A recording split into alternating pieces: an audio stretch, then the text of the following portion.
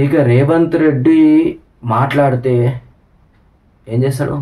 తొండలు వదులుతాడు, లాగులిప్పుతాడు, బట్టలిప్పుతాడు, పేగులు తీసి మెడలో వేసుకుంటాడు. ఎప్పుడు అదే లాంగ్వేజ్ ఉంటుంది అనేది. ఒక సీఎం అదే లాంగ్వేజ్ ఉంటుంది. సో విచిత్రం ఏంటంటే మొన్న ఖర్గే వచ్చినప్పుడు మాట్లాడుతూ నేను సవాల్ విసురుతున్నాను, చర్చకు సిద్ధమా? కేటీఆర్ అయినా సరే, మన కేసీఆర్ అయినా సరే, కిషన్ రెడ్డి అయినా సరే, అటు బీజేపీకి బీఆర్ఎస్కి ఇద్దరికి సవాల్ విసిరండి. దమ్ము ఉంటే, మీకు దమ్ము ధైర్యం మొగోలైతే చర్చకు రండి అని గట్టి మాట్లాడండి. వాస్తవమే, ఎందుకంటే జనాల మధ్యలో ఇద్దరు నాయకులు చర్చిస్తేనే మంచివారు చేశారు, చెడవరు చేశారు, అసలు ఏం జరుగుతుంది రాష్ట్రం గురించి అనేది ప్రజలకు తెలుస్తుంది. సో చర్చకు రెడీ అన్నాడు కదా, సవాల్ విసిరిగా బస్తీమే సవాల్ అన్నాడు. అన్న తర్వాత ఏం చేసిండు? కేటీఆర్ ప్రెస్ మీట్ పెట్టాడు. నేను చర్చకు సిద్ధం, నువ్వెక్కడంటే అక్కడ అసెంబ్లీలో కూర్చుందామా, సోమాజిగూడ ప్రెస్ క్లబ్లో కూర్చుందామా? అసెంబ్లీలో కూర్చుంటే ప్రాబ్లం ఏంది? వాళ్ళకి నచ్చకపోతే మైక్ కట్ చేస్తారు, కెమెరా కూడా చూపించారు అసలు. సో అక్కడ ఉండే కూడా వేస్టే. అయినా అప్పటికి అన్నాడు కేటీఆర్ కూడా, మేము చర్చకు సిద్ధం, నువ్వెక్కడ పిలిస్తే అక్కడికి వస్తాం. మొగోళ్ళు నువ్వు రాలేవా, నీ మంత్రులను పంపి, వాళ్ళు రాలేదా ఎమ్మెల్యేలను పంపి, వాళ్ళు రాలేదా ఎమ్మెల్సీలను పంపి, వాళ్ళు రాలేదు కింద స్థాయిలోనైనా పంపి, చర్చకు మేము సిద్ధం, ఎంతమంది అయినా రండి. సీఎం, మినిస్టర్లు, ఎమ్మెల్యేలు, ఎంపీలు, ఎమ్మెల్సీలు ఎవరైనా సరే రండి, నేను సిద్ధం అంటున్నాడు అనేసి ఒక డెడ్ లైన్ పెట్టడం జరిగింది. ఒక 3 రోజులు టైం ఇచ్చి 8వ తారీఖు సోమాజిగూడ ప్రెస్ క్లబ్లో నేను రెడీ, మీరు ఎవరన్నా రండి అంటే సవాల్ అయితే విసరడం జరిగింది. మీరు మినిస్టర్లు వస్తారా, సీఎం వస్తాడా, ఎమ్మెల్యేలు వస్తారా, ఎంపీలు వస్తారా, మీ ఇష్టం, అందరికీ నేను సమాధానం చెప్తాను. మీ అందరికి ఖర్చు కూడా ఇది టీ అండ్ బిస్కెట్, ఏంటి టీ అండ్ బిస్కెట్ మా పార్టీ తరఫు నుంచి మీకు ఫ్రీ ఇస్తామని చెప్పారు. అంటే ఎట్లాగో 6 గ్యారెంటీలు ఫ్రీ కావట్లేవు, లేదంటే 420 హామీలు కూడా కన్ఫర్మ్ కావట్లే. అయినా మేము చాయ్ బిస్కెట్ మాత్రం ఫ్రీ ఇస్తాం మీకు అని చెప్పడం జరిగింది కేటీఆర్ గారు.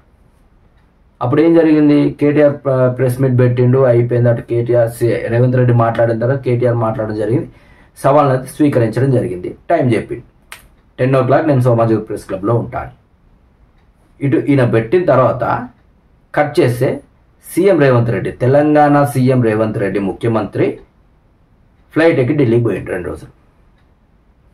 ఆల్రెడీ నువ్వే అన్నావు చర్చకు రా అని. కొంతమంది ఎమ్మెల్యేలు మంచోళ్ళు వాళ్ళంటారు అసెంబ్లీలో మాట్లాడి నీకు చేత కాదని బయట మాట్లాడతారా? అసెంబ్లీలో మాట్లాడితే మీరు చూపించారు కదా, మైకులు కట్ చేస్తారు, ఇంకా అసెంబ్లీలో మాట్లాడే స్వేచ్ఛ ఏడు ఉంటుంది? ఎవరికి లేదు. గతంలో ఇప్పుడు సిచ్యువేషన్ లేదు. మీకు నచ్చలేదా మైక్ కట్ చేయి, ఇంకా నచ్చలేదా మొగం చూపించడం మానే, ఇంకా నచ్చలేదా కెమెరాని పెట్టక అసలు వాళ్ళకు. ఇంత దారుణంగా తయారవుతున్నారంటే మనుషులు.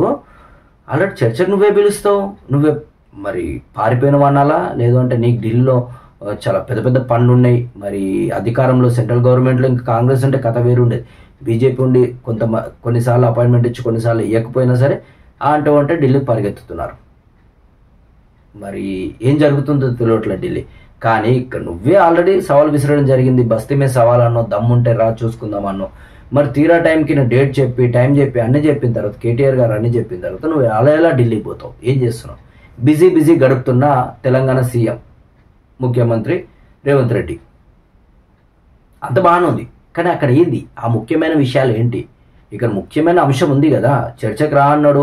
నువ్వు 18 ఏళ్లలో నువ్వేం చేసినావో చెప్తాను, 10 సంవత్సరాలలో మేము ఏం చేసామో చెప్తా అని కేటీఆర్ గారు అన్నారు.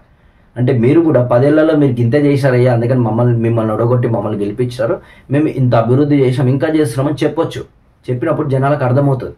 అదేం చెప్పకుండా అడావిడి చేసి ఏదో కరిగే ఉండని, జనాలు ఉన్నారు తొడలు కొట్టి బట్టలు చింపుకొని చర్చకు రాడి అది ఇది అన్నాక కేటీఆర్ గారు చెప్పిన తర్వాత ఆ చర్చ పాయే, ఆ రేవంత్ రెడ్డి పాయే. మరి ఎక్కడ ఉక్కతొక్కలు జరిగిన విషయాలు ఎవరికి చెప్పాలి, ఎవరికి తెలుస్తుంది? సో ఇవన్నీ దృష్టిలో పెట్టుకొని ఒకసారి ఆలోచించి నెక్స్ట్ టైం ఏం చేయాలి అనేది ఆలోచించండి ప్రజలకి. ఇది థ్యాంక్ యూ.